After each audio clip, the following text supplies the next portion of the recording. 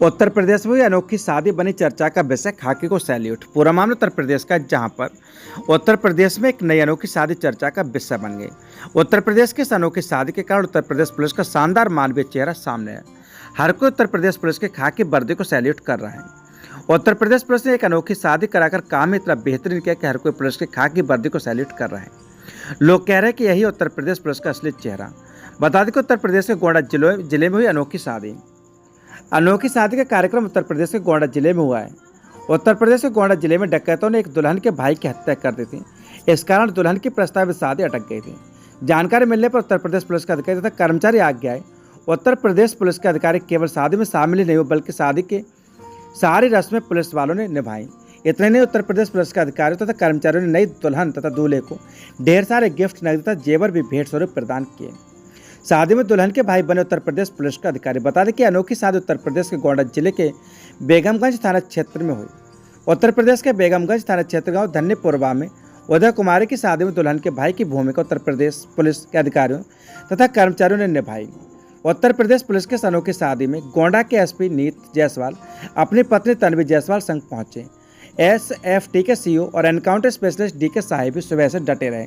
दूल्हा प्रदीप जब शाम को बारात लेकर दुल्हन के दरवाजे पहुंचा तो एसपी समेत तमाम पुलिस वालों ने बारात का स्वागत किया। मौके पर राज्य महिला आयोग के सदस्य ऋतु साही मौजूद रहीं। इस दौरान एसपी, एसटीएफ, सीओ डीके साही, एसएसपी पश्चिमी राधश्याम राय समेत कई अधिकारी पगड़ी में नजर आए। वर्दी में सीओ तरबगंज और अमृत बेगम थाना अध्यक्ष दुल्हन के भाई का फर्ज निभाया। वह दुल्हन को स्टेज तक लेकर आए। जयमाला के बाद पहले दुल्हन की मां, फिर पुलिस वालों ने वर वधू को आशीर्वाद दिया। दुल्हन की मां शकुंतला ने कहा कि मैंने कभी सोचा भी नहीं था कि मेरी बेटी की शादी इतनी धूमधाम से बड़े अधिकारियों के बीच होगी। सबने बहुत मदद की, सब जुग जुग जिए, यही दुआ है। बोलते बोलते दुल्हन की मां शकुंतला भावुक हुई। शादी में दुल्हन उदय कुमारी को खूब गिफ्ट मिले। किसी अधिकारी ने कैश दी तो किसी अधिकारी ने गृहस्थी का सामान। कोई ऐसी चीज नहीं बची थी जो कि दुल्हन को ना दी गई हो। सोने चांदी के जेवर भी दिए गए। पूरी शादी में सुरक्षा के भी कड़े इंतजाम किए गए थे। बदमाशों ने दुल्हन के भाई की हत्या कर दी गई थी, जबकि उसके पिता का काफी पहले निधन हो चुका है। उत्तर प्रदेश की बहन से भाई का शायद छीन लिया था डकैतों ने। बता दें कि उत्तर प्रदेश के गोंडा जिले के धन्नीपुरवा गांव में 24 अप्रैल को देवी दीन के घर में 3 बदमाश घुसे थे। बदमाश देवी दीन की बहन उदय कुमारी की शादी के लिए रखा सामान लूट कर ले जाने लगे तो देवी दीन के छोटे भाई शिवदीन 22 वर्ष में बदमाशों का पीछा किया, जिस पर बदमाशों ने शिवदीन की गोली मारकर हत्या कर सामान लूट कर फरार हो गए।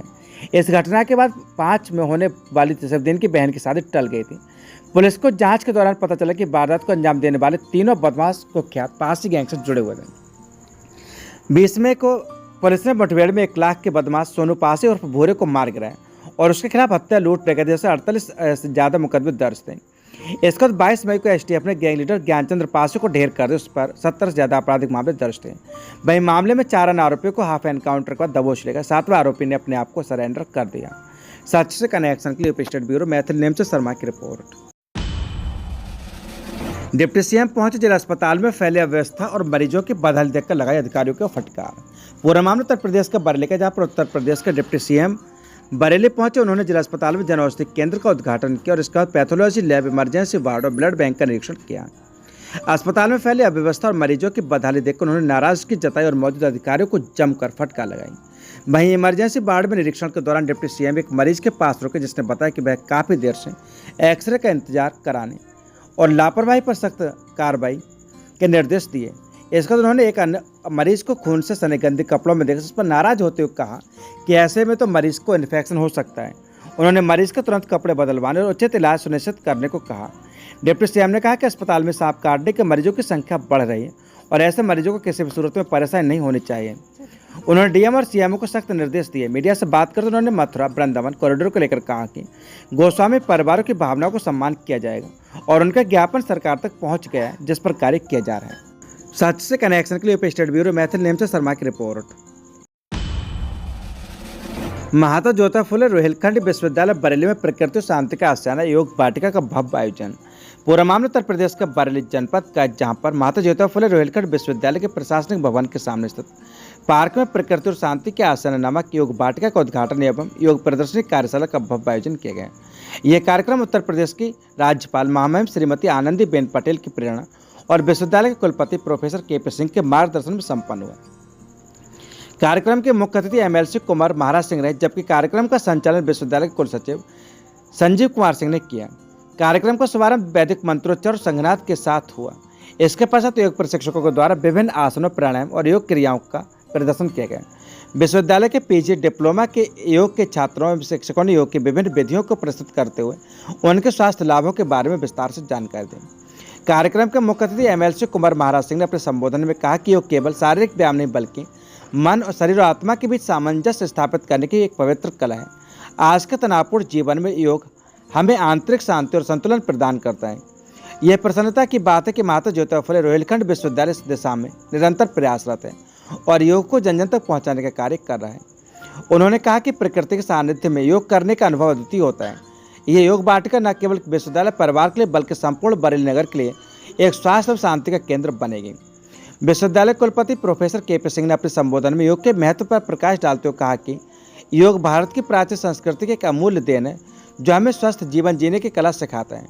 आज के दौर में जब मानव जीवन अनेक बीमारियों और तनावों से घिरा हुआ है, योग ही वह साधन है जो हमें न केवल शारीरिक बल्कि मानसिक एवं आध्यात्मिक रूप से मजबूत बनाता है। उन्होंने आगे कहा कि हमारा प्रयास है कि विश्वविद्यालय परिसर में योग को एक जीवन शैली के रूप में स्थापित किया जाए। इसी उद्देश्य से प्रकृति और शांति के आश्रय योग वाटिका का निर्माण किया गया है जहाँ छात्र, शिक्षक एवं कर्मचारी नियमित रूप से योगाभ्यास कर सकेंगे। उन्होंने कहा कि हम राज्यपाल महामहिम श्रीमती आनंदीबेन पटेल जी के प्रति आभार व्यक्त करते हैं जिनके प्रेरणा से यह कार्यक्रम संपन्न हुआ। इस अवसर पर विद्यालय के वित्त अधिकारी विनोद कुमार, उपकुल सचिव Shrimati Sunita Yadav, Mamata Singh, professor PV Singh, professor Ravindra Singh, professor Vinay Resiwal, professor S Bedi, professor A Singh, doctor Amit Singh, Kumari Vanshika, Tapan Sharma, Manoj Pandey, Devendra, Raj Bahadur, Rampreet, Ranjit सहित बड़ी संख्या में शिक्षक कर्मचारी उपस्थित रहे। सच से कनेक्शन के लिए UP state bureau Maithil Nemchand Sharma की रिपोर्ट।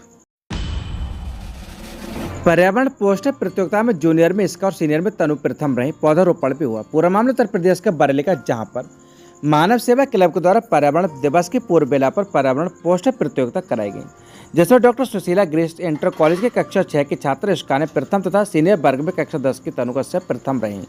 जूनियर वर्ग में अंजलि द्वितीय तथा फैजा हुसैन तृतीय स्थान पर रही। इस सीनियर वर्ग में नीतू मौर्य द्वितीय तथा उर्वशी शर्मा तृतीय स्थान पर रही। कोमल और त्रिशिका का सांत्वना पुरस्कार मिला। सभी ने स्वच्छ पर्यावरण को संदेश देते हुए एक अच्छे शानदार पोस्टर बनाए। बच्चों और क्लब के सदस्यों ने तुलसी, मीठे नीम, नींबू, अशोक, जामुन के पौधे भी लगाए। पीयूष गुप्ता को सभी पर्यावरण मित्र का सम्मान भी किया गया। सभी विजयी बच्चों को प्रमाण पत्र, स्मृति चिन्ह के अध्यक्ष क्लब के अध्यक्ष सुरेंद्र बीनू सिन्हा, साहित्य भूषण सुरेश बाबू मिश्रा, इंद्रदेव त्रिवेदी, निर्भय सक्सेना, जितेंद्र सक्सेना, साधना गुप्ता, डॉक्टर सुरेश रस्तोगी ने प्रदान किया। कार्यक्रम के अध्यक्ष सुरेश बाबू मिश्रा और इंद्रदेव त्रिवेदी ने सभी लोगों से कहा कि पर्यावरण सुरक्षा के लिए अधिक से अधिक वृक्षारोपण करें और पौधे लगाएं, इसकी सेवा करें। संचालक सुरेंद्र बीनू सिन्हा ने किया। सच से कनेक्शन के लिए UP state bureau Maithil Nemchand Sharma की रिपोर्ट।